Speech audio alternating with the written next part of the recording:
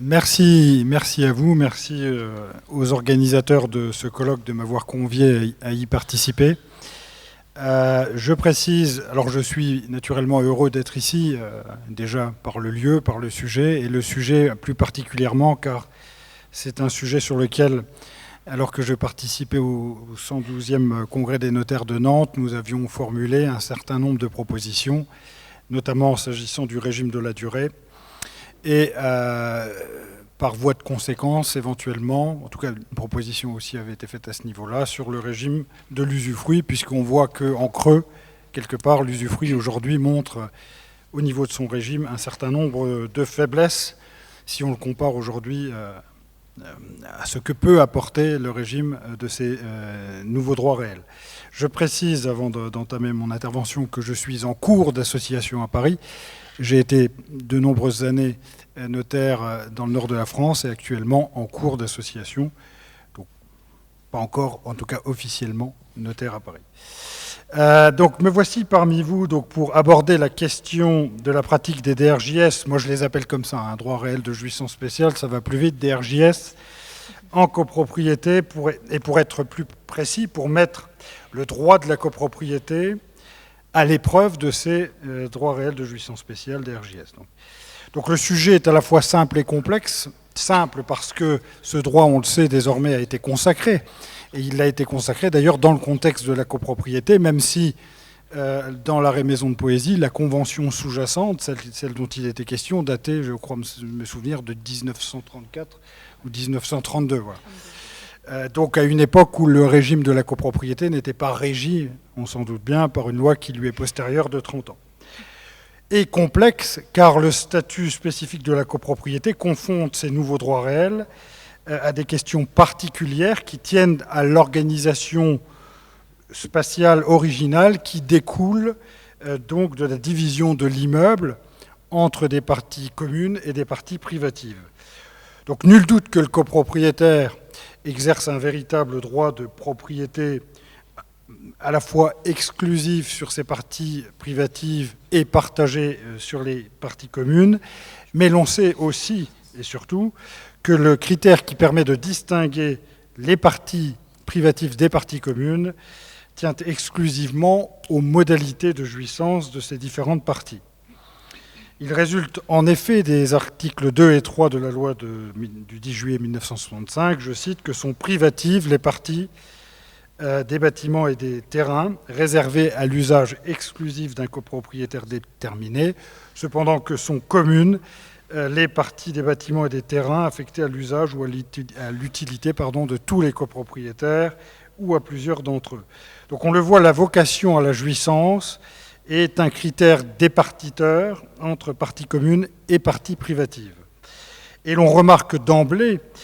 que ce n'est pas de n'importe quelle jouissance dont il est question, puisque c'est une jouissance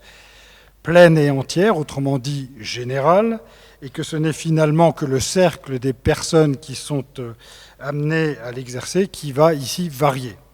Donc lorsqu'elle est réservée à un copropriétaire, elle caractérise une partie privative, et lorsqu'elle est partagée entre tous les copropriétaires, elle caractérise une partie commune. Alors me direz-vous, que viennent faire les droits réels de jouissance spéciale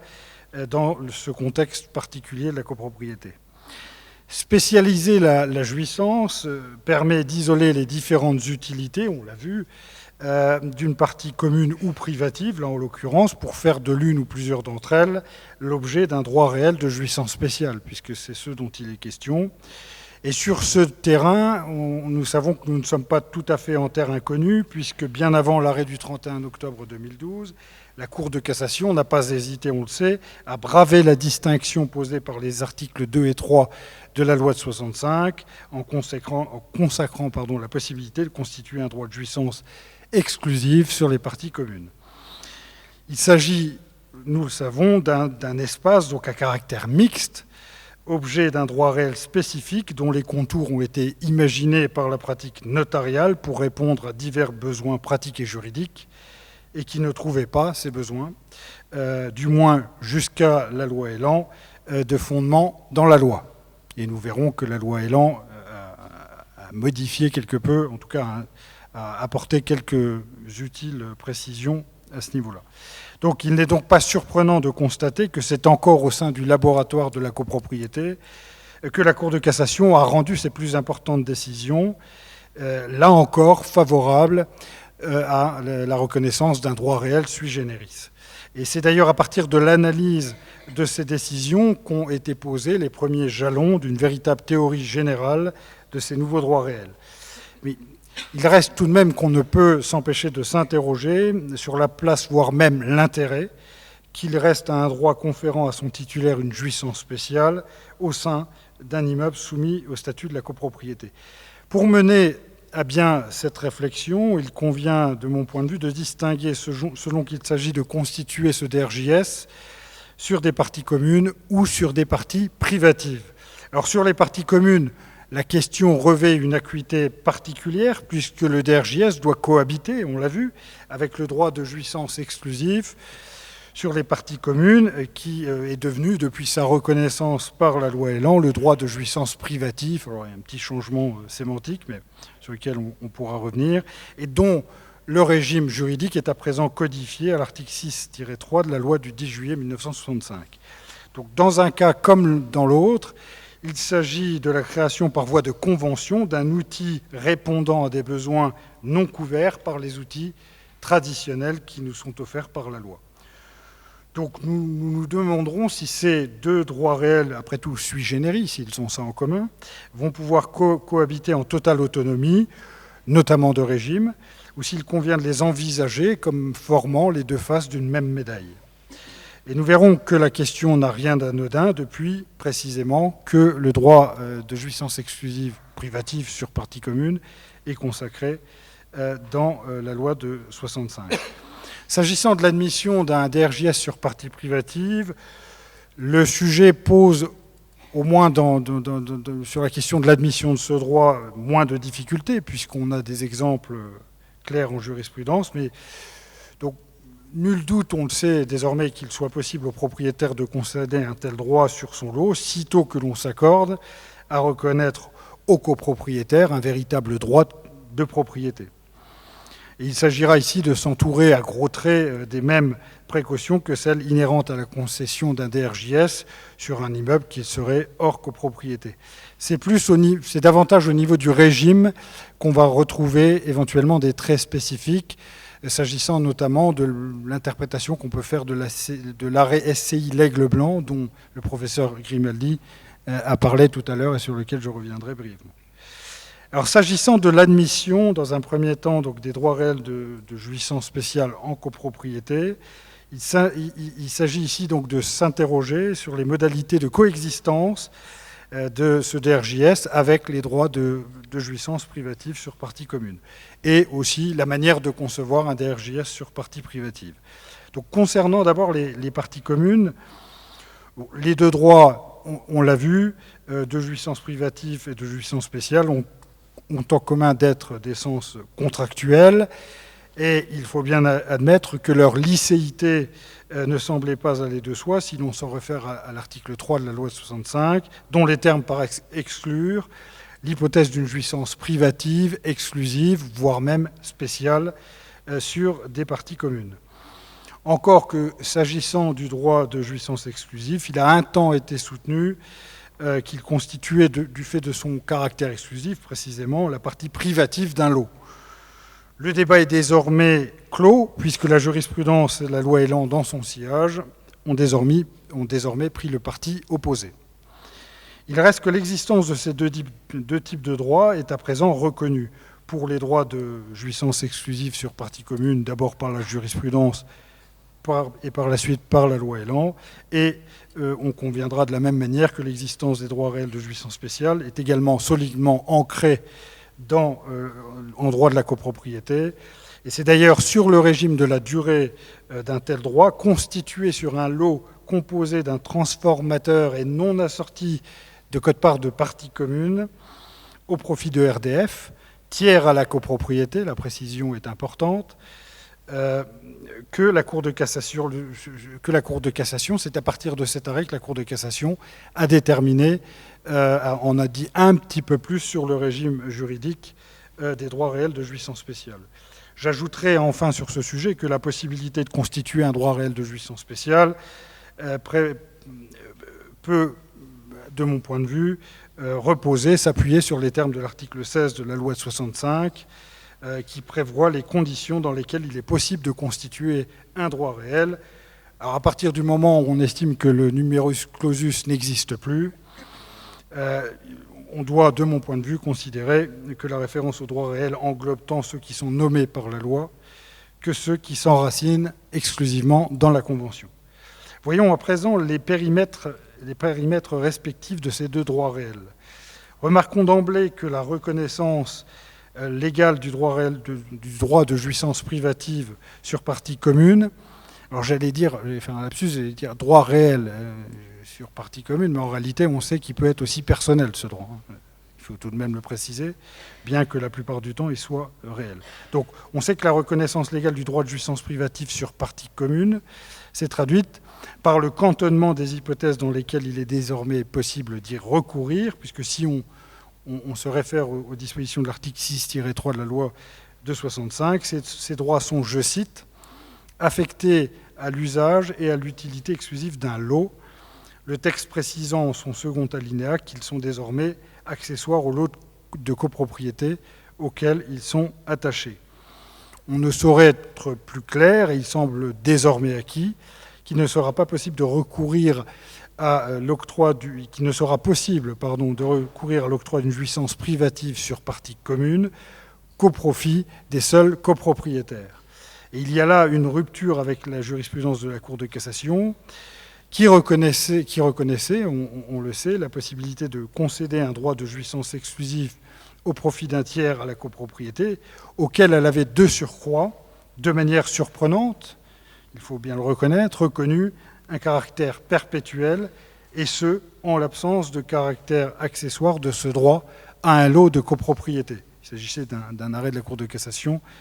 la troisième chambre civile, du 2 décembre 2009. Donc le droit à supposer acquis que le droit de jouissance privative est désormais cantonné à l'hypothèse où il constitue l'accessoire du lot de copropriété auquel il se trouve rattaché. Le champ est libre, ou presque, pour envisager la constitution d'un DRJS au profit d'un tiers à la copropriété cette fois-ci. Et tout laisse à penser qu'il s'agit d'ailleurs désormais de la seule voie envisageable. Mais encore faudra-t-il s'assurer du caractère spécial de la jouissance concédée, puisque si on considère que le droit de jouissance exclusive est réservé à l'hypothèse où je suis copropriétaire d'un lot, on pourrait facilement songer à nommer un droit réel qui emprunterait les caractéristiques de ce droit en le qualifiant simplement de droit réel de jouissance spéciale, et le tour est joué. Je pense que les choses sont un petit peu plus compliquées, et là encore, il faudra s'efforcer de fonder le caractère spécial de la jouissance concédée. Alors on pourra certes soutenir que le droit de jouissance privative, après tout, ne constitue qu'une variété de découpage original des prérogatives offertes par le droit de propriété, avant de conclure à l'appartenance de ce droit à la catégorie des DRJS au sein de laquelle il viendrait se fondre. L'affirmation peut certainement emporter l'adhésion, mais il n'en demeure pas moins vrai que le droit de jouissance privative ne constitue rien d'autre qu'un genre de DRJS qui se caractérise par l'octroi d'un simple droit de jouissance, privant son titulaire du fructus et de l'abusus. Or, rien ne permet d'exclure qu'un DRJS puisse offrir davantage qu'un droit limité à l'usage. On peut imaginer de stipuler ce droit cessible, car après tout, la cessibilité est inhérente au droit réel, elle en est la marque, et sous certaines conditions, de conférer à son titulaire la faculté de percevoir, pourquoi pas, certains types de fruits du bien qui en constitue l'objet. Donc on pourrait également envisager que la Convention organisant un partage de jouissance ou une jouissance intermittente, donc non exclusive, puisse recevoir sans difficulté la qualification de DRJS dans cette hypothèse. Mais on a une difficulté, c'est celle qui consiste à savoir ce qui se passera, ce qu'il en sera d'un droit de la Convention qui viendrait à instituer un droit non accessoire à un lot octroyant sous couvert de l'appellation d'ADRJS un droit de jouissance privative qui ne dirait pas son nom. Cela implique de s'interroger sur ce que recouvre la notion de jouissance privative et sur la question de savoir si ce mode de jouissance constitue le critère permettant de distinguer de manière absolue, d'isoler le droit de jouissance exclusive d'un côté et le DRJS de l'autre.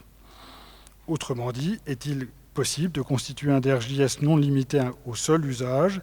mais conférant une jouissance privative? On est enclin à penser que la jouissance est privative dès lors qu'elle est exclusivement réservée au profit du titulaire de ce droit et qu'elle aboutit à priver corrélativement les autres copropriétaires de toute jouissance sur la partie commune concernée. C'est une réservation de la jouissance au profit d'un seul. On pourrait défendre la thèse selon laquelle, dans cette hypothèse, le risque de requalification est patent, quand bien même le droit constitué offrirait, à rebours d'un simple droit de jouissance privative tel qu'on le connaît, davantage de prérogatives qu'un simple droit d'usage des parties communes. La question se posera notamment lorsqu'il s'agira de concéder un usage cantonné à l'exploitation d'une activité précisément déterminée par la Convention, mais néanmoins exclusif. On pense à l'exploitation de panneaux photovoltaïques, c'est un exemple, ou encore, comme dans l'arrêt de ERDF de 2015, l'exploitation d'un transformateur. Donc on voit bien que l'eau était réservée à condition qu'il serve de support à cette activité de transformateur. Mais on peut également s'en remettre à l'esprit de la loi. Le caractère accessoire du droit de jouissance privative à un lot est la condition, on le sait, désormais posée par l'article 6.3 de la loi du 10 juillet 1965 pour justifier sur le plan théorique de la constitution d'un droit sans limitation de durée. La loi, en l'espèce, l'article 6-3, ne donne aucune indication. Mais tout laisse à penser que la jurisprudence qui considérait jusqu'ici que ce droit est perpétuel est parfaitement maintenue. Donc cette condition d'accessoriété renvoie donc à la nécessité d'exclure la possibilité de concéder un droit perpétuel au profit d'un tiers à la copropriété, lequel se trouve par nature dépourvu de tout droit sur les parties communes. Or, comme nous le verrons plus loin, le DRJS, finalement, n'est rien d'autre qu'un droit réel sur la chose d'autrui, et cela implique de le limiter dans le temps. Dès lors, on ne voit pas ce qui, dans ces conditions, interdirait la concession d'un tel droit au profit d'un non-copropriétaire. Sous cette réserve, tout semble indiquer que les dispositions de l'article 6-3 n'ont pas eu pour effet de prohiber la constitution d'un DRJS sur partie commune, y compris lorsque ce droit emporte l'octroi d'une jouissance exclusive. C'est d'ailleurs, on peut le craindre dans certains cas, vers cette catégorie, un glissement vers la catégorie des DRJS, dont la durée est donc limitée dans le temps, que devraient migrer les droits de jouissance exclusive sur partie commune existants, d'ores et déjà existants, lorsqu'ils bénéficient à des tiers à la copropriété. On pense aux lots de parking, qui sont nombreux à être dans cette configuration, puisqu'il est désormais acquis qu'ils ne peuvent constituer la partie privative d'un lot. Donc tout laisse à penser que ces pseudo-lots, qui se comprenaient comme étant des lots, sont désormais irréguliers puisqu'ils ne peuvent être perpétuels. À supposer la difficulté dissipée, il reste à se demander si ces deux droits réels se concurrencent lorsqu'il est cette fois-ci question d'octroyer la jouissance de partie commune, cette fois-ci à un copropriétaire. Pour le dire autrement, est-ce qu'on a le choix de l'outil ? Alors j'aurais pour ma part tendance à répondre par la négative, dans la mesure où il semble théoriquement difficile, faute de décision de la Cour de cassation allant pour l'heure en ce sens, d'admettre qu'un DRJS puisse être constitué sur une partie commune au profit d'un copropriétaire. Ce serait admettre la possibilité de concéder à un copropriétaire un droit réel sur sa propre chose. Or, nous savons que, faute d'être en présence de fonds différemment appropriés, la licéité des servitudes, par exemple, sur partie commune, bénéficiant à un lot de copropriété, est elle-même sujette à caution. Donc, sur ce terrain, je pense qu'il faut, en pratique, s'en remettre au droit de jouissance privative et éviter, autant que faire se peut, la constitution d'un DRJS. On peut se demander d'ailleurs si on pourrait accessoriser en quelque sorte ce droit de jouissance exclusive. Rien de mon point de vue ne s'oppose à ce que les utilités qu'ils offrent soient éventuellement modulées pour permettre, pourquoi pas, un usage intermittent ou un usage qui ne serait pas forcément exclusif, ou en tout cas qui serait conditionné, qui pouvant le plus, pouvant le moins. Alors, s'agissant des parties privatives, on le sait, il n'y a pas d'obstacle à la constitution d'un DRJS sur ces parties-là. Cette liberté, elle nous vient de l'article 9, selon lequel, de la loi 65, chaque copropriétaire dispose des parties privatives comprises dans son lot. Cette liberté est néanmoins encadrée par la nécessité de respecter la destination de l'immeuble et bien sûr de ne pas porter atteinte aux droits des autres copropriétaires. Et on a l'exemple de l'arrêt SCI L'Aigle Blanc, sur lequel je vais revenir au stade de l'étude du régime, qui vient illustrer cette liberté. En l'espèce, Alors, je vais peut-être passer au régime, parce que s'il reste une minute, juste pour rappeler, en l'espèce, le propriétaire d'un lot composé d'une piscine s'était engagé à assumer les frais de fonctionnement de cette piscine et à autoriser son accès gratuit aux autres copropriétaires, au moins pendant la durée des vacances scolaires. Donc c'était un droit intermittent par nature. Donc, ce qui me fait aborder le régime de la durée de ces droits. Donc, il convient pour moi de distinguer, pour avoir une approche un peu pratique, selon que le droit est constitué au profit d'un tiers à la copropriété ou à un copropriétaire, et selon qu'il est accessoire ou non à un lot. Donc, lorsqu'il est accessoire à un lot, mais sur partie commune, l'hypothèse me paraît sans objet, puisque, comme je l'ai indiqué plus haut, il ne saurait être question d'octroyer un droit de jouissance spéciale sur ce qui constitue sa propre chose, comme je le rappelais. Sur partie privative, lorsque le DRJS est accessoire à un lot, il est constitué donc au profit d'un copropriétaire. Ce droit peut revêtir un caractère perpétuel en application de l'arrêt SCI L'Aigle Blanc. Donc, sur cet arrêt-là, quand même, un mot. Donc la SCI avait fait l'acquisition de divers lots, dont l'un est à usage de piscine, faisant partie d'un immeuble en copropriété, en vertu d'une convention qui valait additif au règlement de copropriété qui avait été conclu en 1970. Le précédent propriétaire de ce lot s'était engagé à assumer les frais de fonctionnement de l'installation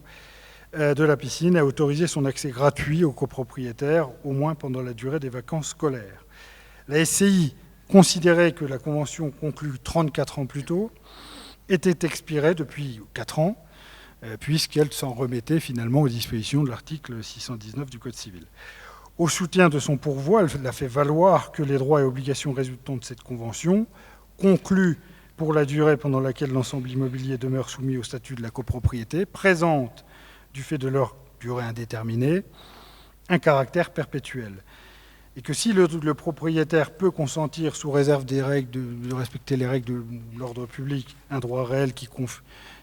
confère le bénéfice d'une jouissance spéciale, ce droit ne peut être perpétuel, etc., etc. Elle reprend ici, finalement, le dispositif, en tout cas la solution de l'arrêt rendu le 28 janvier 2015 par la Cour de cassation dans l'arrêt ERDF. Alors on aurait pu se dire, l'argument est tout à fait convaincant et va convaincre, sauf que il n'en est rien, puisque la Cour de cassation, finalement, ne répond pas à la question de savoir si, faute d'avoir été limité dans le temps, le droit ainsi constitué